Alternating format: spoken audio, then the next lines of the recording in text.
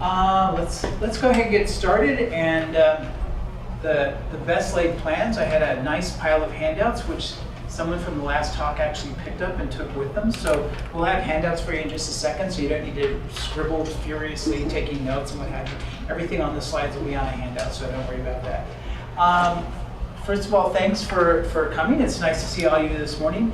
My name's Jim McKinnell. I wear a few hats here at the university. I'm a professor in the Department of Pediatrics. I'm a pediatric oncologist, so I take care of patients.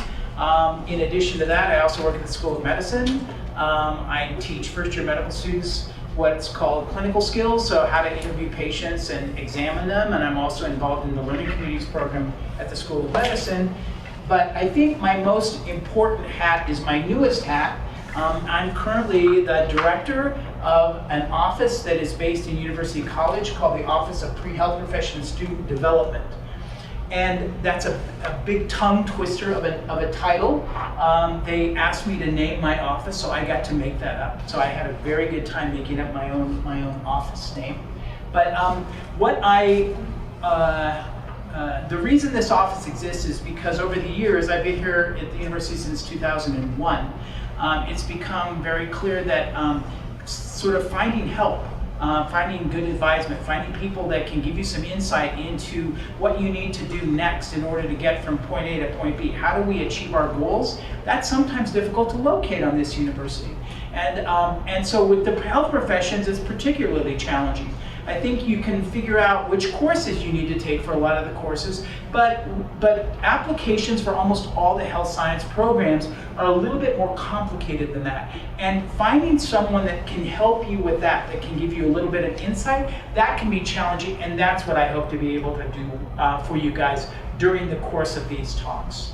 All right, so what we want to do, the objectives that I have for this series of talks. So you guys know this is 5 one-hour sessions, right? So this is session number 1. But what I hope to be able to do over the course of these 5 sessions, first of all, is to help you understand what the components are for an application to any of the health sciences program. In addition to understanding what the components are, I'd also like you to understand the significance of each of these. In other words, I want this to be more than just a list of boxes that you need to have checked off in order to have a complete application. I want you to know why people are asking for these specific experiences. Then this has become I've become a bit maniacal about the idea of reflection. And that's something that I'm going to continue with this series. I want to talk to you about reflection and how important reflection is. And that'll make more sense as we go through that. And then the last thing that I want to talk about is I really want to sort of talk about the idea of developing a unique application. And that's really the most important thing, I think, that we need to take away from this. What I don't want any of you to do is I don't want any of you to work to create an application that looks just like somebody else's application. That is actually the opposite of what you want to achieve when you apply for professional school. You don't want to look like everybody else. You want people to understand who you are as an individual. How you're different, how you're unique, and what you, as that unique individual that you are, what you're going to bring to the profession. So we're not going to work on creating an application that looks like everybody else's. We're going to make sure that we have the same qualifications, but what we really want to do is develop the areas of the application that allow us to sort of portray, who we are as individuals.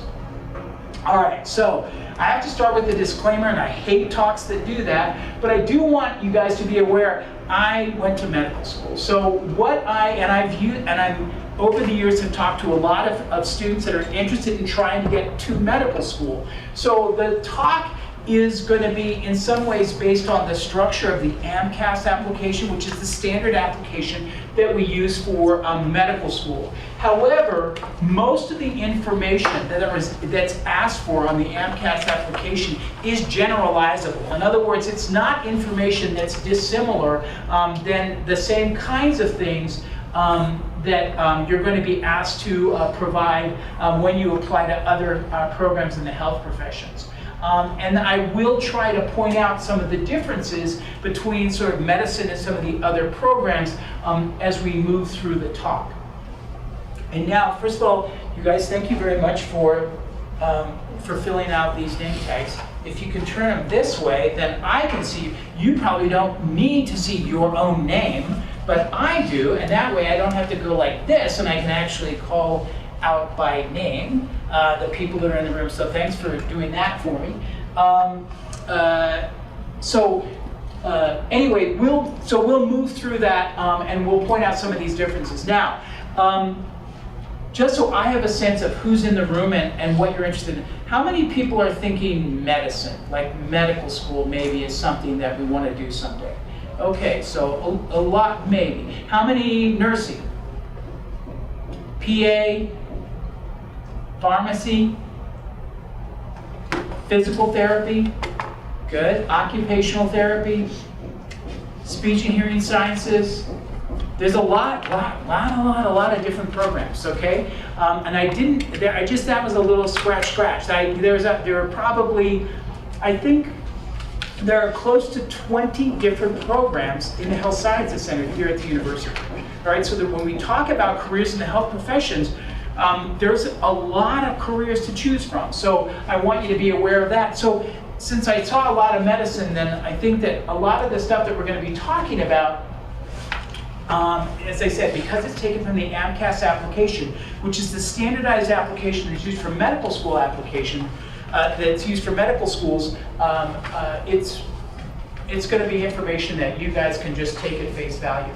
All right, so what is on most applications? Well, the first thing is the demographics. So that's like who you are, where you were born, where's your address, how long have you lived there, who are your parents, then after that, there's usually a part that wants your education history, followed by academics, and I'm going to explain the difference between education history and academics. And then there's a section that's usually they're looking for your experience. So they want some report on some of the things that you've done. And the last thing that many of the programs ask for is something that in the medical world we call a personal statement. In other professions, sometimes they call it a letter of intent. The only health profession program, interestingly, that doesn't require some kind of a comment from you on why you're interested in pursuing the career that you're pursuing and what you think you bring to that career, right now is nursing. Nursing right now, if we look at all the professions in the health sciences, nursing right now is probably the most competitive to get into. More competitive than medical school, more competitive than PA school. It is intensely competitive, and right now admission at our institution is based almost solely on academic performance. All right, so if you're going to apply to nursing school, you need to know that you need to have a GPA of 3.9 or 4.0. You have to have A's to get into nursing school. There are so many people in line to be nurses that you have to be an absolute top performer academically. And if you're not, they're not interested in talking to you. All right, so nursing admissions is based almost solely on GPA, and then they also have an entrance exam, so your scores on that entrance exam are going to be the things that they're going to be interested in seeing. Everybody else has some variation of a personal statement, and we'll talk about the significance of that. As I said, so when we get to demographics, basically, what it is like your individual information. And as I said, it includes all the routine stuff, where you were born, this, that, what have you. One of the things that I want to be clear about is this. Okay? In other words, they're also going to ask if you have any kind of experience, and I use that euphemistically, that term, experience with the law. So in other words, if you have ever been arrested, you need to report that. And one of the things that I want to be very clear about that is you always want to be honest. So whenever you're supplying information like this, you want to make sure that it is accurate and it is honest, all right? That being said, if you have been arrested, if you have a record, that may actually limit the opportunities that you have seeking any of the careers in the health professions. It may not necessarily exclude you entirely, but it may limit some of your opportunities. As far as family information goes, which is also part of demographics, there's lots of family information that is collected, including finances. The financial aspect of that is really just to understand what needs you might face financially if you are ultimately admitted to professional school. And so it's really so that the institutions can begin to help identify students that may need sort of a financial assistance and what that financial assistance, the degree of financial assistance that you might need. There is also an area or a line that asks you whether you consider yourself disadvantaged. And disadvantage is kind of an interesting kind of category. And you'll notice I put a question mark after that because I think a lot of people really struggle with the idea of self-identifying as disadvantaged. All right, so the thing that I want you to understand is that, first of all, I don't think that there's any strong advantage or disadvantage to identifying as disadvantaged. What people want to understand is where you've come from. So in other words, if you are a refugee, if you are a displaced person that came to this country as seeking political asylum, that may be something that puts you at a disadvantage. You came in not as a primary English speaker, you had to learn the language, assimilate to a new culture, blah, blah, blah. So that could make you disadvantaged. Clearly, there are financial circumstances that may make someone disadvantaged. If you've ever experienced a period of homelessness, I think that legitimately will qualify you for being disadvantaged. You know, if you are living in a small rural community and you had a particularly unfortunate experience in your primary education there. Last fall, in one of the classes that I teach here on the main campus, I was talking to a young man that came from a small community here in New Mexico. We were talking about his experience in his high school science course. He took biology when he was a sophomore. His community did not have a regular biology teacher. He had a substitute teacher the entire year that he was taking biology. Right? It's a little bit different. The experience that you have and what you learn, the basis of your knowledge, is a little bit different if you have a different teacher every 4 to 6 weeks than if you have someone who's really invested not only in the course they teach, but in the students that they're teaching. All right, so there are a variety of things that you can consider if you get to that point and sort of say, am I disadvantaged or not? But anyway, it's a little bit of a struggle, and it's one of those things that if you find yourself struggling with that concept and whether or not you should sort of go there, it's probably a good idea to talk to somebody about that, explain the situations, and sort of say, yeah, I think that that's probably a legitimate concern. When we talk about educational history, basically these guys want to know every school you've ever been to, starting with high school. All right, so they want to know what school you attended, the dates that you were there, what you studied, and whether or not you achieved a degree. Okay, now this is really, really important, basically for a couple of things. One of the things that I want you to be clear about is you need to list every institution that you attended. So in other words, if you're coming to UNM and then this summer you take a couple of classes over at CNM, we need to make sure that CNM is listed as a separate institution.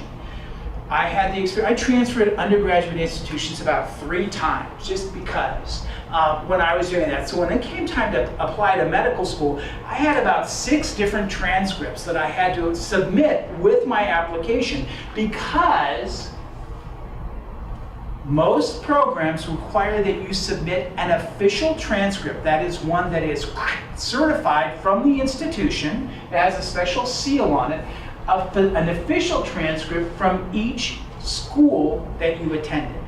So even if you only went to a school one summer or for 8 weeks to take one course, you need an official, it needs to be on the list, and you need an official transcript from that school. there's a couple of reasons that I want you to be aware of this. First of all, obtaining an official transcript takes time. All right, so it's not just send me a transcript, it's not just let me drop by the office and pick one up. Official transcript, because it requires a seal, can take time, and time sometimes is an issue when you're submitting an application. So I don't want you to sort of get your whole application together, send it off, and assume that about the time that the central office receives your application, they're also going to be receiving all those official transcripts.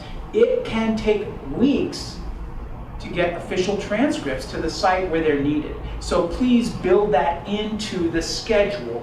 All right, if your application is due by a certain date, that's great. A lot of times applications will not be considered complete until all the transcripts have arrived. So you may get your application in by the date that it's needed, but your application won't be forwarded to schools that are to consider it until it's complete, and it's not complete until the official transcripts are there. All right, so that could take another month after they've received your application. So you want to start working early and build that time lag into there. The other thing I want you to sort of be aware of is that sometimes as people are reviewing applications, one of the things that's interesting is to look at dates. So with educational history, a lot of us have kind of a continuum. You know, I graduated from college, I graduated from high school, and this year, August of that year, I started in college. I went to college for 4 years. I graduated from college at this time, and then in August of that year, I started graduate school. I started medical school. Yeah, but it's pretty continuous. So one of the other things that is really interesting is that when we look at this, when we look at those dates that have been attended, basically some people are looking for chronology. In other words, if you graduated from high school in, let's see, when did people? I graduated from high school in 1971, but you guys probably didn't. If you graduated from high school in 2014, when did you guys graduate from high school? 2014? 13? 12? 2012. Say you graduated from high school in 2012. If you graduated from high school in 2012, and then you graduate from college, you finish your bachelor's degree in 2019. Okay? So that's 7 years difference between the time you graduated from high school and the time you finished college.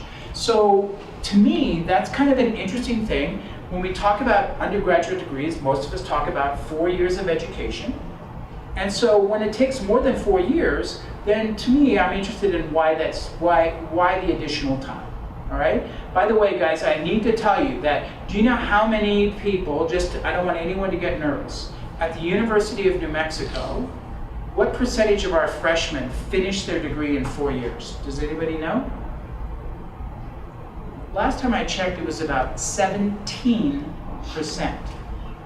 Okay, so a very small proportion of UNM students finish their degree in 4 years. So if it's taking you more than 4 years to finish a degree, don't worry about that. You are definitely, running with the pack.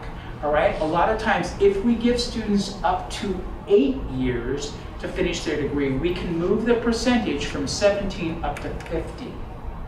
Okay, so it does take students at UNM longer to finish their degrees. I think the primary reason is that many of our students work. All right, so it just takes, when you're working hard and you're working a lot, it sometimes takes longer to finish degrees, so don't worry about that. All right, now academics, as I said, is different than educational history. Educational history is where you went to school. Academics are the courses you took and the grades that you got. All right, when we talk about academics, basically, when we talk about academics, basically there's a couple of ways that any program will look at your academic record. One of them is simply that listing of the courses that you took and the grades that you got in those courses. Now, you are going to be asked on these applications to actually generate that list. You're going to have to write out every course that you took and record the grade that you got. Now, there is going to be a way for people that are looking at your application to check that. Remember, you have sent them transcripts from every institution that you've attended. All right, so those official transcripts basically they're going to be their check, and the list of courses on those transcripts should match the list of courses that you've generated, that you've reported for them.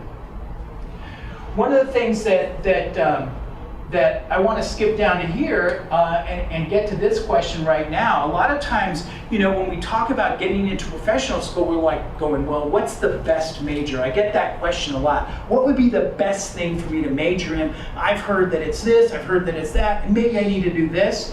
One of the things that I want to tell all of you right now is that, most of you will get to be undergraduate students once. And I'm not going to say all of you. I was actually an undergraduate student twice. Colorful story, which I'll share with you sometime. But most of you are going to be undergraduate students once. So what I think is really, really important for you to understand is that it's a great opportunity. It's an incredible time to learn. You get to learn about whatever you want to learn about. So I always encourage students to major in something that they want to learn about and that they care about. All right, I don't know about you guys, but my experience in education was I always did better in the classes that I was interested in. So in other words, if you pick a major that you don't really love, but somebody said, oh, that's the best major to do if you want to go to medical school, if you pick that major and get B's, you are not doing yourself a great service. All right, I want you to pick a major, pick an area that you care about, that you have a passion for, that you really want to learn. Let that be your major. There are required prerequisite courses for all of the professional programs, and it's very easy to find out what each of those are for each of the programs. You have to take those. All right, but as far as what major, you can major in whatever you want to major in. Okay, so let's be clear about that. Now, if you're interested in the health sciences, there's a little bit of a hint there in what people are going to be looking for as far as performance. When you actually get into medical school or nursing school or pharmacy, basically the curriculum that you are looking at is heavily, heavily, heavily weighted in the sciences. All right, so yeah, there are some things that, I teach, the course that I teach first-year medical students is not science-based. It's really about sort of interpersonal skills. It's communication skills.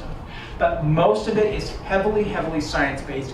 And when people are considering you for admission into their program, they want to know that you have a record of success in the sciences. Okay? The prerequisite courses for almost all the professional programs, if you look, they are all sciences. Okay, so that's the thing. So they want to see that. Now, this actually gets borne out in the application. You are going to be asked to calculate your GPA. They're not going to take the GPA off of your UNM transcript. Okay, that's not the GPA that they're going to use. You have official transcripts from each institution that you attended with grades on them. Those grades, the course description and those grades are what you're going to list on your application, and you are going to calculate your GPA. All right? Now, on the AMCAS application, they ask you to do it in 3 parts. They have one little column that's labeled BCPM, one column that's labeled AO, and the last column is total. So BCPM, biology, chemistry, physics, math. They're a little bit interested in your science and math scores, all right? They ask you to pull out all of your science and math courses and calculate that GPA separately. They want to see your GPA in science and math. AO, sorry, all other. All right, so if you happen to be a psychology major, you're going to have, you may have, 80 hours of AO. Okay, that's all right. But you have to understand, when people are reviewing applications, they really, really are interested in your performance in science and math. And then obviously your total GPA, that's when you lump everything together. The one thing I also want to just sort of introduce in the idea of here is sort of strategies. In other words, when we talk about GPAs for the most part everybody knows you have to be smart to get into professional schools, right? If you want to go into the health professions, you got to be smart. So basically, yeah, you know, it's nice, and I think the average GPA at the School of Medicine this year is about a 3.65. All right, that's the average. There are people that have higher GPAs than that and lower GPAs than that, but the average is 3.65. Now, if you got a 3.65 GPA, that's great.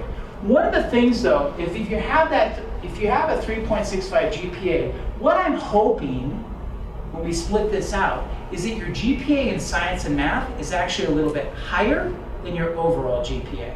All right, so that's one of the things that the school does break out. So in other words, you think, oh, I've got a 3.8 GPA, that's great. Well, if your science GPA is 3.0, and you've taken just the minimum number of prerequisite courses, and you've gotten 4.0 in all of your dance courses, it's like, okay, it's great, but it's not going to speak as strongly for you as a candidate for a program that is heavily science-based. Does that make sense? Okay, so just be aware of that, all right? So it's like, since you have to pull them out, really crank when you're taking science and math, and make sure that you always give your very, very best performances in those courses. Okay, now, in addition to your overall GPA, we also have admissions tests. In medical school, it's the MCAT, all right? There's a different board test and admission test for pharmacy school. There's a different test for dental school, for nursing school. Everyone has their own. Basically, what those courses do is they assess your knowledge in the sciences, okay? With some interpretation. They like to know that you can read and think about problems and that kind of stuff too. But essentially, it's assessing knowledge in the sciences, all right? The prep courses that you need to have under your belt to be prepared to take any of the entrance exams are the prerequisite courses for the program that you're interested in. All right, so in other words, if you're going to get ready, you're going to take the MCATs, the prerequisite courses for medical school are 2 semesters of biology, Biology 201 and 202 at our institution. 2 semesters of physics, 150, 151, and I'm going to come back to physics because I want to make a point for all of you, but please hear. So 2 semesters of biology, 2 semesters of physics, 2 semesters of general chemistry, the 121, 122, 123L, 124L series, 2 semesters of organic chemistry, the 301, 302, 303L, 304L, and biochemistry. So biochemistry 423, right?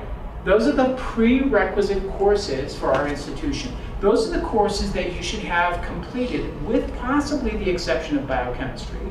I don't think there's biochemistry per se on the MCATs, but certainly the other 8 courses you should have completed before you consider taking the MCATs, okay? And your score definitely is going to, what people want to do, there's a lot of discussion of should we still continue to use the MCATs, because it is a high stakes test and some people just don't test well. And that's been an argument that's being made for decades. The argument against that is, if you're going into the health professions, your life will become a series of high stakes tests that never ever go away. All right, so you have to take tests to be certified in whatever health profession you're doing. That certification has to be renewed every X number of years. So you will always be faced with the challenge of taking these kinds of standardized high stakes tests. The MCATs is, you've already taken, all of you have taken the SATs or the ACTs or both. All right, so it's just one more in that continuum. All right, so they're not going away anytime soon, so you are going to take the MCATs, and just understand that's how that score is used. At our institution, your academics, consideration of your academics accounts for 50% of the weight of your application. All right, so only half of the decision of whether or not you get into medical school or not, only half of that comes from your academics. All right, the other half comes from everything else. The academic part is easy to figure out. It's the everything else that's a little bit more challenging, and that's really what I want to focus on. So let me sort of stop here just for a second and see if there's any questions. Yes, Virginia. What if you have like a lower GPA but a higher MCAT score? Is that like... You know what? that happens, and that's actually a good thing, right? Because a lot of times, and that's kind of life. So there's a couple of things that can contribute to that. Clearly, coming to college is an adjustment, and a lot of times, we don't do so great our first semester here because we're like going, whoa, I've never been away from home before. This is really cool, and I can order out pizza whenever I want, and Friday night's coming, and I'm going to, we sort of it takes a while for us to figure out our priorities. All right, so a lot of times our academic performance maybe is not sort of tip-top our first semester, or even our first year. But then we sort of get it together. It's like, oh wait, seriously? Now I get it. Now I know why. And oh yeah, I want to go to medical school or nursing school or pharmacy school. I better really sort of shape up. And so suddenly performance gets better. So yeah, there are definitely, you don't have to have a 4.0 in your science and math courses. We understand that. But if your Gen Chem score, if you got a C+ in your first semester of Gen Chem and you brought it up to like a B+ in your second semester, that's great. But if you get a really nice score on your MCATs in chemistry, that's excellent. So in other words, people said, oh, we're a little bit worried here, but oh wait, look. So in other words, the two can be used in tandem that way. Okay? The flip side of it is, if you have a really strong academic record and you tank on the MCATs, it's like, okay, so that's also taken into consideration. The other thing that I'll tell you about UNM is that UNM actually weights each year of your GPA. So in other words, freshman year is given a weight of 1. Sophomore year is given a weight of 2. And then junior and senior year and beyond your sophomore year is given a weight of 3. So in other words, what that is, and they use that as a multiplier, and what that is to sort of give you the benefit of the doubt and say, we're going to do freshman year as an adjustment year, so we're not going to weight those grades as heavily as we are the grades that you got in your junior and senior year. Does that make sense? Okay, yeah. How do they look at people who retake courses to make their C go to the B+? That's a really, I think that's one of the most challenging questions I get asked, because the thing about that is that there are so many things that go along with that, and I think that I'm hesitant to simply advise people to retake tests, because I know that for some people that's an incredible financial burden. It's expensive to retake tests. On the other hand, it does show a certain commitment, and if you do show that kind of improvement where you go from a C- to an A, and so the C-, by the way, when you go, doesn't go away forever. So there will be evidence of that, okay? At the institution, at UNM, it does. So in other words, the one grade supplants the other, but on the AMCAS application, it doesn't. So both grades will appear there. All right, so, but the rest of the story is, I think that it does show sort of personal growth. It shows, expansion of your knowledge base. It certainly shows commitment to the process. So, as I said, I always wrestle with that question. I never kind of blindly advise people to retake courses, because I realize that it for many people is a distinct hardship to do that. Okay? Do you think it's easier to just get into a tutoring program to show that you're proficient in the knowledge of that course? You know what? I think that that's a nice follow-up question, and I think that you are going to have another chance to show that you have developed that knowledge base in chemistry or whatever, and that's in the MCATs.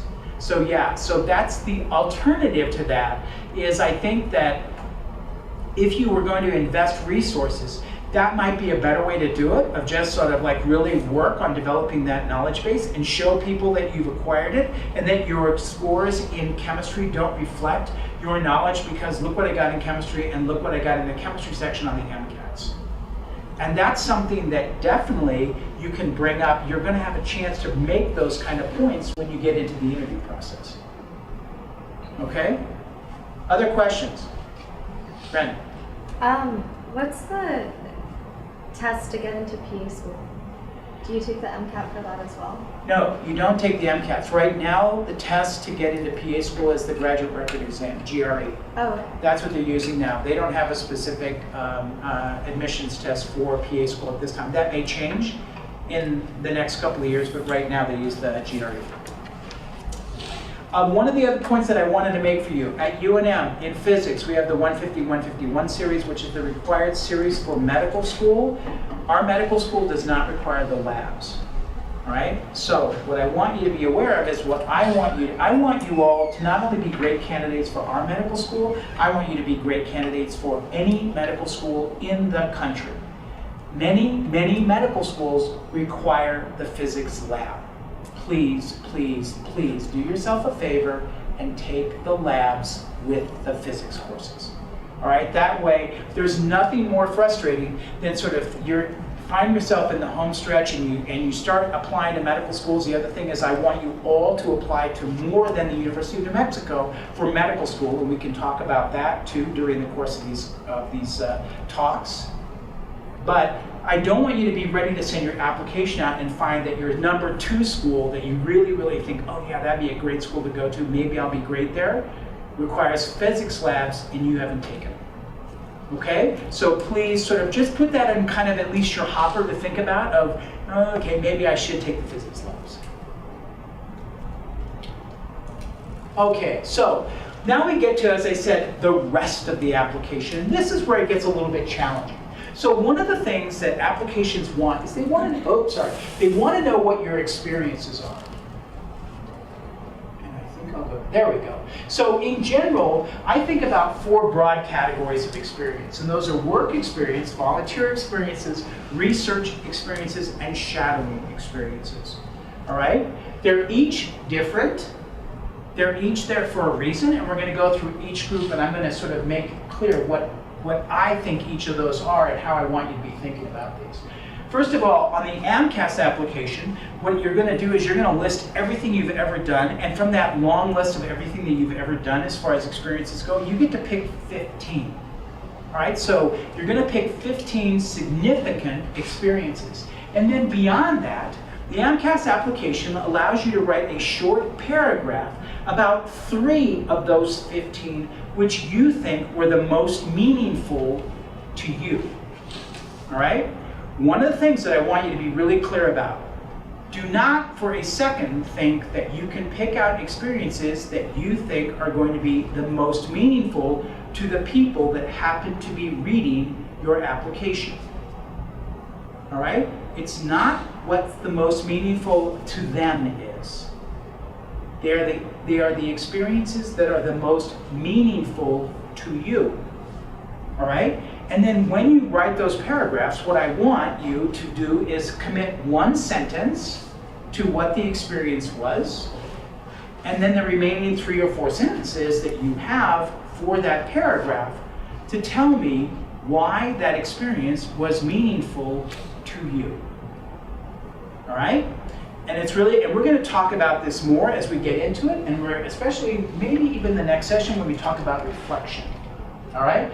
The other thing I want to be clear with you guys is that as we go through this, as we go through the application process, I want you to be very, very aware. There are 4 kinds of experiences. Please don't think of these as boxes to be checked off. Up, volunteer did that. Up, shadowing did that. Up. It's not about that. Each of these kinds of experiences, again, are there for a reason. I want you to think about them. It's not necessary that you have all 4 of them. All right? We're all busy people, and we sometimes just don't have time to do all 4 of these. So that's okay. But I want you to sort of be reflective and understand what you've learned about sort of the world, what you've learned about the medical profession that you're interested in, and what you've learned about yourself during each of these experiences. So the experiences are on the application because they give the reader of the application some insight into the skills that you might have that could be valuable if you hope to be a physician. So remember, a lot of times the people that are reading your applications are physicians themselves. All right, so they have an idea of the kind of things that you sort of need, the kind of people, the kind of makeup of an individual that they think would make a potentially good physician. All right, so your experiences are going to give them a little bit of insight into some of the skills that you might have. The other thing about the experiences is that they also give the reader an opportunity to begin to understand who you are as an individual. Now that's a point that I've made before, and I will make numerous times between now and the time we're finished. I can't emphasize enough. It is so critical that you convey the idea of who you are as an individual. I don't want to know why you're like the next person. Everybody is going to have a 3.65 or a 3.7 or a 3.8 or a 3.4 GPA. Everybody is going to have that. All right? Your GPA is not going to separate you from the pack. The only thing that's going to make you interesting is your own story, that story that you have, and that's the only thing that you have that no one else has. The other thing too is that remember, there's a lot of content now in this application, and so after reading this, this is where people are going to sort of say, okay, what are some of the kinds of questions I could be asking this candidate in an interview? So this is where they're going to start getting their information that's going to direct them into some of the questions that they're going to use in their interview. One of the things that I want you to be aware of is that these experiences do not all have to be medically related. A lot of times we learn very, very important lessons. We sort of understand what skills we have doing things that are not medically related at all. All right? And that's really, really important. So let me just ask you, and it's a little kind of reflective exercise here, what each of you individually, I want you to think, what are some of the skills you think a physician needs? When you think about good experiences that you've had with doctors, what made that experience good? What do you think when you say, oh, that guy's a really good doctor? That's great. What about that individual that you interacted with, that woman's a great doctor? What is it about that individual that you think makes that person a great doctor? So what skills do you think a good doctor needs? Then the next question I want to ask you is, do you think you have any of those skills? Good doctor needs to be a good communicator, needs to be really good with people. Oh yeah, I'm really good with people. That's great. How do you know that? It's great. You can tell me you're really good with people, but I need to understand how you know you're really good with people. Oh no, in my head I'm really good with people. Okay? It's great. But the answer to that question, the how do you know part, that's the part that's going to come from your experiences. What have you done that has shown you, where did you learn that, oh man, I am really good with people? All right? That's how we're going to use our experiences. Okay, so work. First thing we're going to do is we're going to list all of our work experiences, all of them. All right, now, remember, all work experiences. I can take any job that anyone in this room has ever had of any kind, and I will make some element of that job relevant to the skills that you need if you hope to be a physician. Okay? I challenge anyone to throw out a job that I cannot make relevant to the field of medicine. Okay? Because look at the kinds of things that reviewers are looking for and thinking about as they read through your work experiences. They're looking for evidence that you're dependable. You know, a doctor first has to show up, and they have to show up every day. All right, so if you're a good worker, you're usually dependable. There's a commitment, yes. You know, if you had the same job, if you went back to the same place year after year or summer after summer and worked in the same place over and over again, that shows commitment. If you didn't, maybe it wasn't the greatest job in the world, but it was something that you really believed in and that you really wanted to, that shows commitment. Hey, sometimes it shows leadership, okay? And leadership is not, by the way, president of the universe.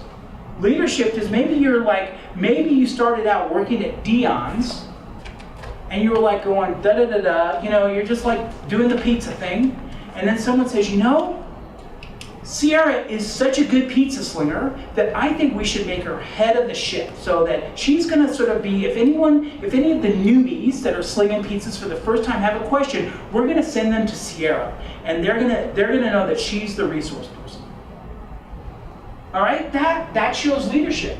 Problem-solving skills. You know, a lot of times, you know, we're asked to do things at work and we're like going, okay, stuff happens. And it's like, all right, so the ability to kind of think on your feet and solve problems, really important. For anyone who's working now, who's going to school and working, a lot of people in the room. Anybody that's going to school and working and is doing extremely well in their academics, already I know has incredible time management skills. All right, now you need to know that. Okay, it's not good enough that I know that. You need to understand what that takes for you to be able to work 15 or 20 or 30 or 40 hours a week and still take courses and do well. And you need to be able to communicate that to people. Okay? I mentioned communication skills and your function as a team member.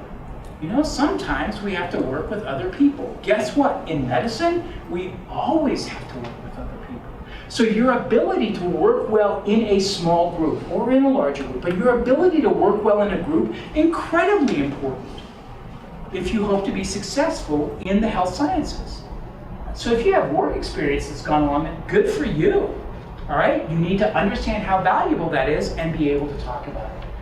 Volunteer experiences, different. Volunteer experiences, basically, I think that volunteering demonstrates that you're aware that we live in a world bigger than ourselves. Some of us have advantages that other people don't have, and by volunteering, what we are doing is making a contribution to that society in the hopes that we can maybe make life better for all of us. All right, so that's kind of the idea about volunteering. The other thing is, right now, one of the most valuable resources, if not the most valuable resource that any of you have, is your time. So if you're going to volunteer, you're giving your most valuable resource. All right, really, really important. So volunteering just shows kind of a certain altruism, a certain generosity of spirit, which also, frankly, is going to be really important if you're going to go in the health sciences. All right, the health sciences, in case you guys weren't aware, basically being a doctor is not a 9-to-5 job Monday through Friday, okay? If you're looking for a 9-to-5 job Monday through Friday, medicine probably is not the first place to work, okay? So it's just not, so you have to be willing to sort of understand that, yes, sometimes I'm gonna have to give a little bit more because this is the work that I've chosen to do.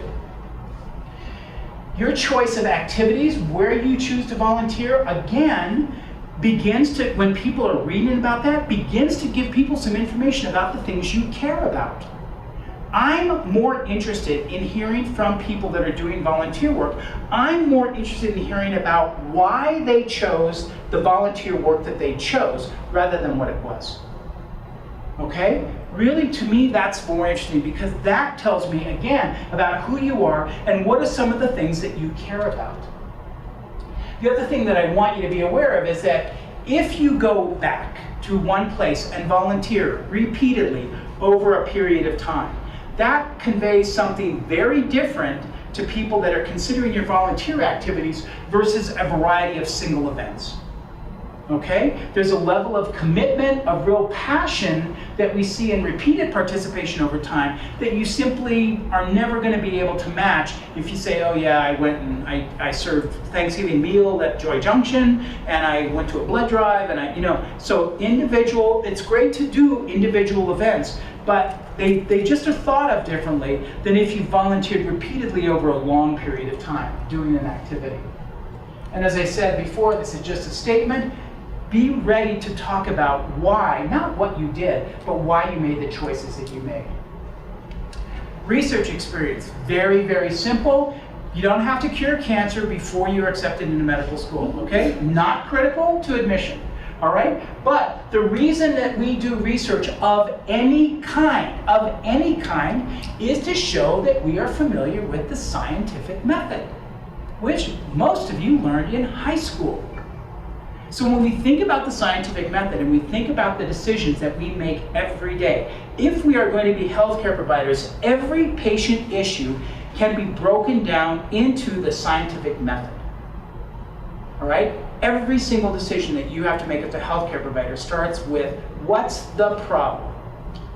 And then we begin to work on investigating what that problem is and then how we solve it. All right? So, if you're doing research, that's great. The research does not have to be medical research. If you are in a psychology class and your teacher is doing some really interesting research that involves doing surveys, Do that. It's still based on the scientific method. All research is based on the scientific method. That's what they want to know about. If you have research experience, be prepared to discuss the research. So if you're part of a research project, know what the question was. All right? In other words, if you're doing data collection, that's great, but understand what you're collecting data for. What was the question?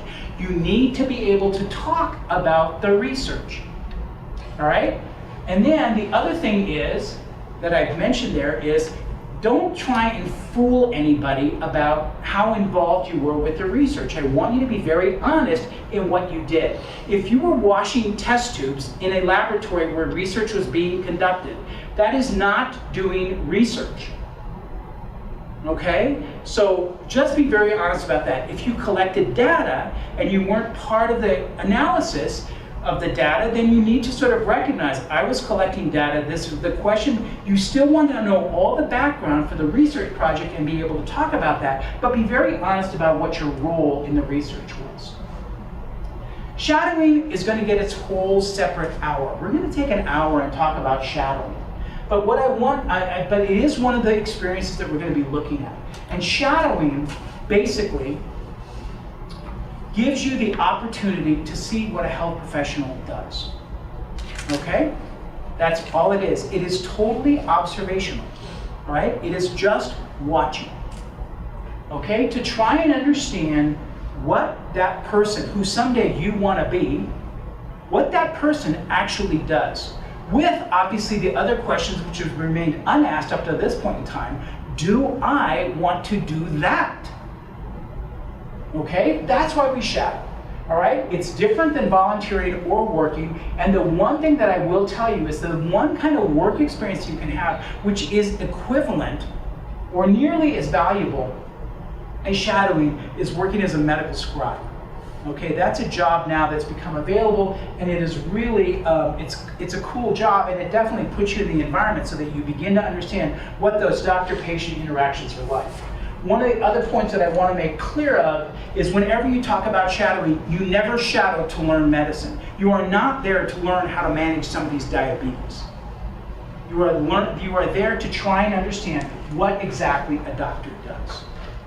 The last part of our application is going to be a personal statement, and this is, I think, probably the hardest essay you will ever have to write. I will put that out there. And if it was easy for you, then I'm also fairly confident that you haven't written a very effective personal statement. All right? Your personal statement is your chance to tell to the people who are reviewing your application who you are. All right? And along with that, what you hope to bring to the profession. All right? As I said, in some professions, it's called a letter of intent or a letter of interest. All right? But as you're thinking about this, I'm going to ask you to think about a different question. A lot of people say this is the essay where you have to ask, why do you want to be a doctor? I would suggest that the question that you need to ask yourself is, why do I have to do this career over any other career? Why doesn't anything else work? Why is only medicine the career that will make me happy? If you can begin, and there are different questions, if you can begin to answer that question, then you can begin to sort of think that, yeah, I put together a pretty good personal statement. So, with that, in order to write that essay, you clearly have to have some insight into the profession. You need to know what you're getting into and what it entails. What does that doctor do? But then the other thing that you need to know, incredibly important, is you need to know about yourself. You need to know who you are, what your personal characteristics are, what your strengths are, what your weaknesses are, what skills do you have? And most importantly, what are the things that make you happy? Or that bring you that sort of just indescribable feeling of satisfaction, of fulfillment? If you know that, and begin to think about those things and sort of say, and ask yourself the questions, could I find those things in medicine? Then you have the basis for a personal statement, and we'll talk more about that. Okay, that's it. Pretty good. That's it for today. I have 2 minutes to take questions.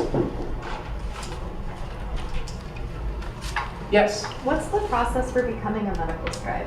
Do you, there's a company, I know that there's a company in town that hires medical scribes. So it's an application. I think all it is an application. do you train? And I don't, Do you train? you know what? I don't know. Okay. I've heard they I train know. you if you go online through Scribe America. Yeah, I've looked that up And and they'll train you. Yeah. it got I'm not weird. sure. I was like trying to figure it out and it got weird really Yeah, fast. I don't have, that's Yeah. probably something I could learn a little bit more about, but Oh, I don't know the exact process. Okay. Other questions?